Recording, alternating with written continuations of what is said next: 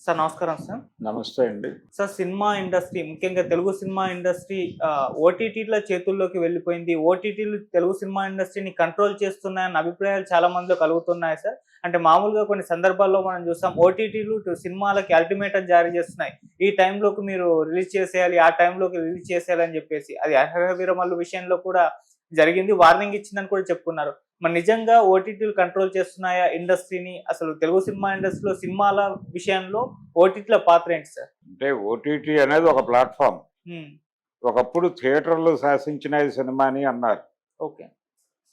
డిస్ట్రిబ్యూటర్లు సినిమాని శాసించారు అని ఒక దశ నడిచింది. హ్మ్. బయ్యర్లు ఒక దశలో శాసించారు. అంటే ఈ తరహా కంటెంట్ ఉంటేనే మేము కొంటాము, ఇలా ఉంటే మేము కొనము అనే పద్ధతులు. అంటే సినిమా తీసి మెడ్రాస్‌లో వచ్చినటువంటి బయ్యర్స్ కంటే అక్కడ హోటల్స్‌లో దిగినటువంటి బయ్యర్స్‌ని ఏజెంట్లు పట్టుకెళ్ళి సినిమా చూపించేవాళ్ళు. మెడ్రాస్‌లో ఇండస్ట్రీ ఉన్న రోజుల్లో జరిగిన విషయం చెప్తున్నా నేను. ఓకే. ఇది చాలామంది మెడ్రాస్‌తో సంబంధాలున్న వాళ్ళకి తెలుసు. మెడ్రాస్‌లో బయ్యర్లు హోటల్స్‌లో దిగేవాళ్ళు. దిగ్గానే ఏజెంట్లు వాళ్ళని అప్రోచ్ అయ్యి, గురువుగారు ఫలానా చోట ప్రివ్యూ ఉంది వస్తారా అని చెప్పి ఒక 5, 6గురిని పోగేసి తీసుకెళ్ళి ఏదో చోట ఒక ప్రివ్యూ థియేటర్లో కూర్చోబెట్టి సినిమా వేసి చూపించేవాళ్ళు. అప్పటికి రెడీ అయిపోయి ఉన్నటువంటి ఒక 5, 6 సినిమాలు వేసి చూపించేవాళ్ళు. చెప్పి ఏదో రేటు ఇంతైతే పర్లేదండి అని ఏదో రేట్ మాట్లాడేవాళ్ళు. నచ్చితే కొనేవాళ్ళు, లేకపోతే వదిలేసి వచ్చేసేవాళ్ళు. శంకరాభరణం లాంటి సినిమా ప్రివ్యూస్లో 100 రోజులు సద్దినోత్సవం జరుపుకున్న సినిమా అది. ఫైనల్గా అది అవ్వక పర్సంటేజ్ బేసిస్లో లక్ష్మీ ఫిల్మ్స్ వాళ్ళకి ఇస్తే రిలీజ్ అయిన తర్వాత చాలా తక్కువ ధరకి కొన్ని ఏరియాల వాళ్ళు కొనేశారు. ఆ కొనుక్కున్న వాళ్ళకి కాసుల పంట వచ్చింది ఆ సినిమా. అంటే విజయవాడ అప్సరా థియేటర్లో వాళ్ళు ఆ థియేటర్ యాజమాన్యమే కొనేసింది ఆ సినిమాని. జనం లేరు, అయినప్పటికీ వాళ్ళకి ఏదో నమ్మకం కలిగింది. ఆ సినిమా చూసిన తర్వాత కొన్నారు. చాలా తక్కువకే ఇచ్చేశాడు ఆయన, ఏడిద నాగేశ్వరరావు గారు. అది 200 days ఆడింది ఆ థియేటర్లో. ఏమైపోవాలో అమ్మేసిన నిర్మాత పాపం చూసి బాధపడ్డాడు అంతే. అలా చాలా సెంటర్లు జరిగింది. నాకు తెలిసి అంటే కోస్తా ఆంధ్రాలోనే 3, 4 సెంటర్లో అలా వెళ్ళిపోయింది ఆ సినిమా అతి తక్కువ ధరకి. అలాంటి సందర్భం అంటే కంటెంట్ బయ్యర్లను అట్రాక్ట్ చేయకపోతే తక్కువకి కొనుక్కుని ఆ కంటెంట్ జనాలకు కనెక్ట్ అయ్యి విపరీతంగా లాభాలు చేసుకుని ఆ తర్వాత ఇదే ట్రెండ్ ఏమో అనుకుని ఇంకొక సంగీత భరిత చిత్రం కొని ఈ డబ్బులు అక్కడ నష్టపోయిన వాళ్ళు ఉన్నారు. రాగమాలిక అనే ఒక సినిమా ఆయన భారతీరాజా గారు తమిళ్లో చేసిన సినిమాని తెలుగులో కొని అది శంకరాభరణం మించి వెళ్ళిపోతుంది అనుకున్నారు, కానీ పర్వాలేదు అనిపించింది ఆ సినిమా. అలా కొన్ని విఫల ప్రయత్నాలు జరిగినాయి, కొన్ని దెబ్బతిన్నాయి. ఆడియన్స్ ప్రతి సినిమాకి ఒకేలా స్పందిస్తారనేటువంటి గ్యారంటీలు లేవు. ఎప్పుడైతే ఫార్ములా వచ్చిందో, ఫార్ములా అనేది ఎప్పుడైతే ఎంటర్ అయిందో కంటెంట్ కంటే ఫార్ములా ప్రధానం అయిపోయింది. బయ్యర్ల కోసం సినిమాలో డిజైన్ చేయటం మొదలెట్టారు ప్రొడ్యూసర్లు, ప్రేక్షకుల కోసం కాదు. అంటే ఆ టైంలో హిట్ అయినటువంటి ఒక డైరెక్టర్ని, హిట్ అయినటువంటి ఒక హీరోయిన్ని, హిట్ అయిన హీరోని మిక్స్ చేసి ఒక ప్రకటన చేసేస్తే వీళ్ళు వచ్చి కొనేసేవాళ్ళు. టేబుల్ ప్రాఫిట్ అనేవాడు. ఓకే. సినిమా ప్రారంభానికంటే ముందే ఒక సినిమా విషయంలో ఆయన తమ్మారెడ్డి గారు చెప్పారు ఒకసారి ఒక ఇంటర్వ్యూలో, ఆ ప్రెస్ మీట్ పెట్టడానికి మాత్రమే నా దగ్గర ఆ రోజు డబ్బులు ఉన్నాయి. అక్కడ నేను చెప్పిన విషయాలు వాళ్ళకి కనెక్ట్ అయినాయి. అంటే మీడియాలో పేపర్లో వచ్చిన వార్త కనెక్ట్ అయింది. కనెక్ట్ అయ్యి వచ్చి కొన్నారు. అప్పుడు నేను సినిమా మొదలుపెట్టి సక్సెస్ఫుల్గా తీశానని. అలాగే జరిగాయి. అంటే బయ్యర్ల కోసం సినిమాలు నడిచినాయి కొంతకాలం. డిస్ట్రిబ్యూటర్ల ఇన్ఫ్లుయెన్స్తో సినిమాలు నడిచినాయి. సినిమాలు ప్రొడ్యూసర్ల ఇష్టానుసారంగా తీసినప్పుడు ఒక పద్ధతి నడిచింది. ఏదైనా థియేటరే సెంటర్ అప్పుడు. ఇప్పుడు ఆ పాత్రని ఓటీటీ వాళ్ళు తీసుకుని సినిమా ఎలా ఉండాలి అంటే వాళ్ళకి జడ్జి చేసుకోవటానికి ఒక ముందస్తు ప్రయోగశాలగా థియేటర్ అనేది మారింది. అంటే గతంలో ఏంటి, వీళ్ళు ప్రివ్యూ చూసి వీళ్ళ జ్ఞానంతో జడ్జిమెంట్కి వెళ్ళేవాళ్ళు. ఇది ప్రజలు చూస్తారు చూడరు అనే అభిప్రాయం వీళ్ళే చెప్పేవాళ్ళు. ప్రజలతో సంబంధం లేదు. ప్రజలు చూడరు అనుకున్న సినిమాని ప్రజలు చూసి ఆశ్చర్యపరిచిన రోజులు అనేకం ఉన్నాయి. ముత్యాల ముగ్గు సినిమా ప్రజలు చూస్తారని ఎవరో అనుకోలే. అది కూడా అలా రూపాయి పావులాకి వెళ్ళిపోయిన సినిమానే బయటికి. కానీ థియేటర్లో జనాలకు కనెక్ట్ అయిపోయి 175 రోజులు ఆడింది అది. ముత్యాల ముగ్గు సినిమా ఒకటే కాదు, సంపూర్ణ రామాయణం సినిమా పరిస్థితి అదే. మొదటి వారం రోజులు జనం లేరు. తాత మనవడు దాసరి గారి మొదటి సినిమా, దానికి మొదటి వారం జనం లేరు. నెమ్మదిగా పికప్ అయిన సినిమాలు అనేకం ఉన్నాయి, ఇలాంటివి లిస్టు చెప్పుకుంటే. సో ఈ కండిషన్లో ఇప్పుడు టెస్టింగ్కి ఒక అవకాశం దొరికింది వాళ్ళకి. అందుకని ఓటీటీ వాళ్ళు ఏం చెప్తున్నారు, ఇంతకుముందు ఓటీటీలు స్ట్రైట్ కంటెంట్ కొన్నాయి. ఒక పరిస్థితిలో థియేటర్లు దొరక్క చిన్న సినిమాలు టీవీ ఛానల్స్ కొన్ని అప్రోచ్ అయ్యి, ఈటీవీ వాళ్ళు అప్రోచ్ అయ్యి, మీ సినిమాని వన్ టైం మేము వేస్తాం, దాన్ని ప్రచారం చేసుకోండి, చేసుకుంటే జనాలు చూస్తారు ఆ సినిమాని, మేము ఆ టైంని బయట మార్కెటింగ్ చేసుకుంటాం, కొత్త సినిమా వేస్తున్నాం, ఫస్ట్ మన టీవీలోనే రిలీజ్ అవుతుంది సినిమా అని మేము మా మార్కెటింగ్ వాళ్ళు అడ్వర్టైజ్మెంట్లు తెస్తారు, దాంట్లో షేరింగ్ చేసుకుందాం అని కొంతమంది ప్రొడ్యూసర్లని పిలిచి అలా కొన్ని సినిమాలు వచ్చినాయి. ఫస్ట్ ఆన్ ఈటీవీ అన్న పద్ధతిలో, లేకపోతే ఫస్ట్ ఆన్ జెమినీ టీవీ అన్న పద్ధతిలో అలా ఒక ఒప్పందం మేరకు సినిమాలు వేశారు అక్కడ. కానీ ఇప్పుడు అలా ఓటీటీలు ఏం చేసినాయి, నేరుగా కంటెంట్ కొన్ని సినిమాలు వేశారు. ఇప్పుడు నారప్ప సినిమా వెంకటేష్ గారిది ఓటీటీలోనే కదా రిలీజ్ అయింది, థియేటర్లో కాదు కాదు. అలాగే నాని సుధీర్ బాబు నటించినటువంటి ఇంద్రగంటి మోహన్ కృష్ణ గారి సినిమా ఒకటి కూడా ఓటీటీలోనే రిలీజ్ అయింది. అంటే అప్పటి వాతావరణం థియేటర్లకి వైద్యపరంగా జనాలు వస్తారా రారా అంటే, జనం గుమిగూడితే కరోనా వస్తుంది అని అభిప్రాయం, జనాలు నలుగురు ఒక్క చోట చేరడానికి భయపడిన సందర్భం అది. ఆ సందర్భంలో థియేటర్ల మనుగడ కష్టమేమో అనుకున్నారు, కానీ అనుకుని ఓటీటీకి వెళ్ళిపోయారు. ఎప్పుడైతే ఓటీటీలకు రష్ మొదలైందో ఓటీటీ అనేది ప్రత్యామ్నాయం అని జనాలకు అర్థమైపోయింది. థియేటర్ బదులు ఓటీటీ అనేది వచ్చింది, అది మన ఫోన్లోకి వచ్చింది. సినిమా చూడాలంటే థియేటర్కి వెళ్ళాలి, ఇది వరకు సైకిల్ వేసుకుని. ఇప్పుడు అక్కర్లేదు, ఇంట్లో కూర్చుని ఫోన్లో డబ్బులు వేస్తే సినిమా వచ్చేస్తుంది, కడుపులో చల్ల కదలకుండా ఏదో చెట్టు కింద కూర్చుని సినిమా చూడొచ్చు అనే వాతావరణానికి జనాలు ఎక్స్పోజ్ అయ్యారు.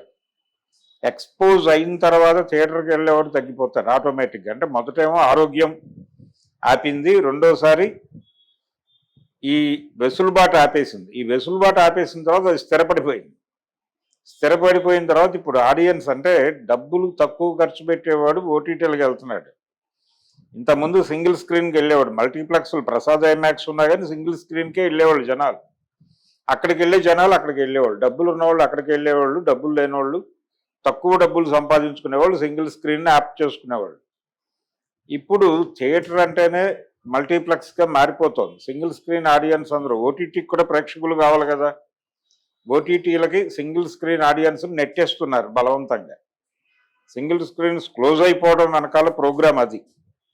అవన్నీ కూడా ఒకప్పుడు ఆ థియేటర్లు, అంటే ఈ మధ్య ఒక థియేటర్ యజమాని అన్నాడు, మా థియేటరు కాస్ట్ అంటే గజం 8 లక్షలు 15 లక్షలు ఉన్నటువంటి ఏరియాల్లో మా థియేటర్లు ఉన్నాయి, అంతకంటే ఎక్కువ కూడా ఉన్నాయి. ఒక్కొక్క థియేటర్ 35 కోట్లు విలువ చేసే థియేటర్లు ఉన్నాయి మాకు.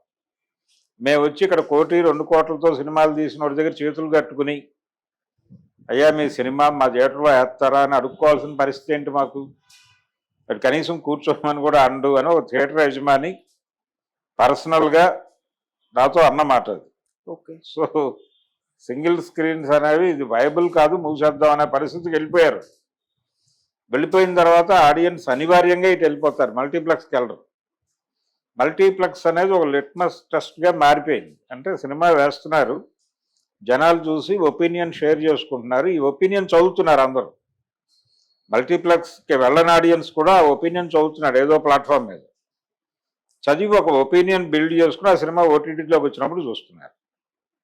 ఈ పరిస్థితికి వెళ్ళిపోయిన తర్వాత ఓటీటీ అనుమతి లేకుండా సినిమాలు ఎలా వస్తాయి? ఇంకా ఒకప్పుడు డిస్ట్రిబ్యూటర్ అనుమతి లేకుండా డిస్ట్రిబ్యూటర్ డిసైడ్ చేసేవాడు దాని ఫేటు దాని డేటు. ఇప్పుడు దాని ఫేటు డేటు ఓటీటీలు డిసైడ్ చేస్తున్నాయి. ఆ పరిస్థితి అనివార్యం. రెండోది, వీళ్ళకి ప్రధానమైనటువంటి ఇన్కమ్ ఎక్కడి నుంచి వస్తుంది? థియేటర్కల్ రైట్స్, నుంచి కొంత అమౌంట్ వస్తుంది. అలాగే ప్రీ రిలీజ్ ఈవెంట్లు అమ్ముకోవటం, సినిమా మీద ఈవెంట్లు చేసి ఆ ఈవెంట్ల హక్కులు అమ్ముకోవటం ద్వారా కొంత డబ్బులు జనరేట్ చేసుకుంటున్నారు. దీంతో పాటు శాటిలైట్ రైట్స్ అంటే భిన్నమైనటువంటి ఏరియాల్లో శాటిలైట్లు అమ్ముతున్నారు. పాన్ ఇండియాకి ఎందుకు వెళ్తున్నారు? ఇతర భాషల్లో. ఇప్పుడు పాన్ ఇండియాకి వెళ్ళినా వెళ్ళకపోయినా దాన్ని డబ్ చేసేస్తున్నారు సినిమాని. ఒక థియేటర్కల్ రిలీజ్కి పాన్ ఇండియాలో వెళ్ళకపోయినా ఈ మధ్య నాని గారి సినిమా అదే చేశారు. ఓటీటీలో పాన్ ఇండియా చేశారు, థియేటర్కల్ రిలీజ్కి వెళ్ళా వాళ్ళు. అదే పద్ధతిలో శాటిలైట్ రైట్స్ కూడా చేస్తున్నారు అదే పని. ఒక సినిమా తీసేసి దాన్ని అన్ని భాషల్లోనూ టీవీ ఛానల్స్ ఉన్న అన్ని భాషల్లోకి డబ్ చేసి ఈ అన్ని భాషల్లోనూ శాటిలైట్ హక్కులు అమ్ముతున్నారు. ఏదో కొంత కొంత వస్తుంది. వాడు జనరల్గా మంచి సినిమా అనుకుని వాడు ఫీల్ అయితే 10 లక్షలు ఇచ్చి కొనేది 2 లక్షలే ఇస్తానన్నా వీళ్ళు అమ్మేస్తున్నారు. వచ్చిన కాడికి వచ్చింది అన్నట్టుగా. ఇలా కలెక్ట్ చేసేసుకున్న డబ్బులు, ఈ ప్లాట్ఫామ్స్ మీద కలెక్ట్ చేసుకున్న డబ్బులు, ఓటీటీ మీద వచ్చిన డబ్బులు ఇవంతా కూడా సర్క్యులేట్ అవుతాయి. ఈ సర్క్యులేషన్ కోసం సినిమాలు తీస్తున్నారు కొంతమంది. సినిమా వైబుల్ అయిపోయి గతంలో లాగా సినిమా అనేది పెద్ద లాభసాటి కాదు, కేవలం 10% లోపే సక్సెస్ రేట్ ఉన్నటువంటి ఇండస్ట్రీ మాదని చెప్తారు వాళ్ళు. అయినా సినిమాలు తీస్తూనే ఉన్నారు. ఎందుకు తీస్తున్నారంటే ఈ రొటేషన్ కోసం. కొత్త కొత్త వాళ్ళు వచ్చి ఎక్స్ప్లోర్ చేస్తున్నారు, కొత్త కొత్త కథలు తీస్తున్నారు. ఒక దశలో ఫైల్స్ పట్టుకుని ఓటీటీ దగ్గర తిరిగేవాళ్ళు. ఇప్పుడు సినిమా తీసి థియేటర్లో రిలీజ్ చేసి దానికి పాజిటివ్ రివ్యూస్ వస్తే ఓటీటీ వాడు అట్రాక్ట్ అవుతున్నాడు. ఆ పాజిటివ్ రివ్యూస్ వచ్చిన సినిమాని వాళ్ళు ఏం చేస్తున్నారు, టికెటింగ్ సిస్టమ్ అని పెట్టి పెడుతున్నారు. అంటే ఎవరెవరైతే దాన్ని 100 రూపాయలు అంత పెట్టి కొని చూస్తారో ఆ చూసిన దానిలో షేరింగ్, ఆ షేరింగ్ మీద సినిమాలు వేసేస్తున్నారు ఇప్పుడు ఓటీటీల్లో. ఒక ఓటీటీకి ఇంతకాలం అని ఒక అగ్రిమెంట్, ఇంకో ఓటీటీకి ఎంతకాలం అని అగ్రిమెంట్. అక్కడ షో పడుతుంది, ఇక్కడ షో పడుతుంది, ఆ థియేటర్లో షో పడుతుంది, ఈ థియేటర్లో షో పడుతుంది. 2 చోట్ల వచ్చిన టికెట్ డబ్బులతో వాళ్ళు హ్యాపీ. తర్వాత ఎప్పుడో సర్వ హక్కులు ఒక ఓటీటీ వాడు ఎవడో కొనుక్కుంటాడు. ఈ పరిస్థితికి వ్యాపారం వెళ్ళిపోయిన తర్వాత ఓటీటీ అనేది ప్రధానమైనటువంటి ఒప్పంద కేంద్రంగా మారింది. ఆ ఒప్పంద కేంద్రంతో ఒక మాట అనిపించుకున్న తర్వాత వాళ్ళకు రివ్యూలు వేసి చూపిస్తున్నారు. వాళ్ళు పర్వాలేదు అని అక్కడికి వచ్చిన వాళ్ళ అభిప్రాయాల్లో నుంచి వాళ్ళు ఒక అభిప్రాయాన్ని జనరేట్ చేసి ఓనర్కి చెప్తే వాళ్ళు ఒక అభిప్రాయాన్ని ఏర్పాటు చేసుకుని సినిమా మీద చిన్న బేరం నడిపి, ఓకే ఇంతవరకు ఇవ్వచ్చు ఈ సినిమాకి, మా బ్రాండ్ వాడుకోండి సినిమాలో అంటే ఈ సినిమా ఫలానా ఓటీటీలో వస్తుందని ముందే వేయాలి. అక్కడ ఒక అగ్రిమెంట్ చేసుకున్న తర్వాత ఈ కార్డు కూడా పెట్టి సినిమా రిలీజ్ చేస్తా, సినిమా జనాలకు కనెక్ట్ అయిపోతే అయినా కాకపోయినా దాని మీద ఒక పాజిటివ్ ఒపీనియన్ వచ్చినా చాలు ఓటీటీ వాళ్ళు తీసుకుంటున్నారు. అందుకని ఇప్పుడు థియేటర్ అనేది టెస్ట్ మ్యాచ్లా తయారైపోయింది, ఒక టెస్ట్ ప్లే గ్రౌండ్గా. మెయిన్ ప్లే గ్రౌండ్ వచ్చేసి ఓటీటీగా మారింది. అందుకని ఓటీటీ వాళ్ళ నిర్ణయాల మేరకే ఏదైనా జరుగుతుంది. ఓటీటీ చేతుల్లోకి సినిమా వెళ్ళిపోయింది అంటే ఒకప్పుడు కూడా ఇలాగే ఉంది, ఎవడో ఒకటి చేతుల్లోనే ఉంది. నిర్మాత చేతుల్లో సినిమా ఉన్న కాలం తక్కువే. తర్వాత నిర్మాతలే డిస్ట్రిబ్యూటర్లుగా మారిన టైంలో కూడా వాళ్ళ చేతుల్లోనే ఉంది. ఆ తర్వాత సినిమా రకరకాల చేతుల్లోకి వెళ్ళిపోయింది, డిస్ట్రిబ్యూటర్ల చేతుల్లోకి వెళ్ళింది. ఇప్పుడు దాసరి నారాయణరావు గారు సినిమా తీయాలి అనుకున్నప్పుడు ఆయన్ని రాఘవ గారు తీసుకెళ్లి విజయవాడ నవభారత్ బాబురావు గారి ముందు కూర్చోబెట్టి కథ చెప్పించాడు. ఆయన కథ విని కథ బాగుంది, కథ తీసేసుకుని ఆ కుర్రాన్ని పంపించి కేఎస్ ప్రకాష్ రావు గారితో తీసుకో అని చెప్పాడు. దానికి ఓకే చెప్పుంటే ఏమైపోయాడు దాసరి నారాయణరావు గారు, కథా రచయితగా మిగిలేవాడు. అప్పటికే కథా రచయిత, ఒక రచయితగా మిగిలేవాడు, డైరెక్టర్ అయ్యేవాడు కాకపోయి ఉండొచ్చు. కానీ ఇంకొక డిస్ట్రిబ్యూటర్ శాశ్వతరావు గారు ఓకే చేయటం వల్ల ఆయన డైరెక్టర్ అయ్యాడు, తారక రామారావు. అలా వాళ్ళు రాజ్యం చేసిన రోజులు ఉన్నాయి. ఆ తర్వాత బయ్యర్స్ రాజ్యం చేసిన రోజులు ఉన్నాయి, బయ్యర్స్ డిక్టేట్ చేసిన రోజులు ఉన్నాయి.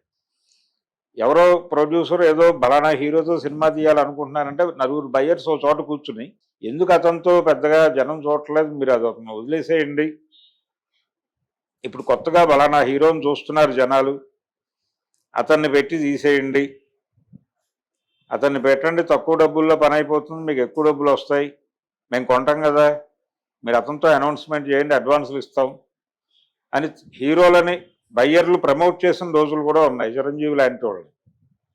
ఈ మధ్య ఒక ఇంటర్వ్యూలో చెప్పుకున్నాడు ఆయన, ఏదో సినిమాకి నన్ను వలన బయ్యర్ చెప్పాడు అని, రికమెండ్ చేశాడు, వాళ్ళ అభిప్రాయాలు విని ఒక ప్రొడ్యూసర్ నన్ను హీరోగా తీసుకున్నాడు అని. అదే నడిచింది, బయ్యర్స్ ఒపీనియనే నడిచింది, కథ కాదు. అలా రకరకాలుగా మారుతూ ఇప్పుడు ఆ ఏరియాలో డిక్టేట్ చేసే ఏరియాలోకి ఓటీటీ వచ్చింది. ఇది ఎంతకాలం ఉంటుందో చూడాలి. Thank you so much. Thank you.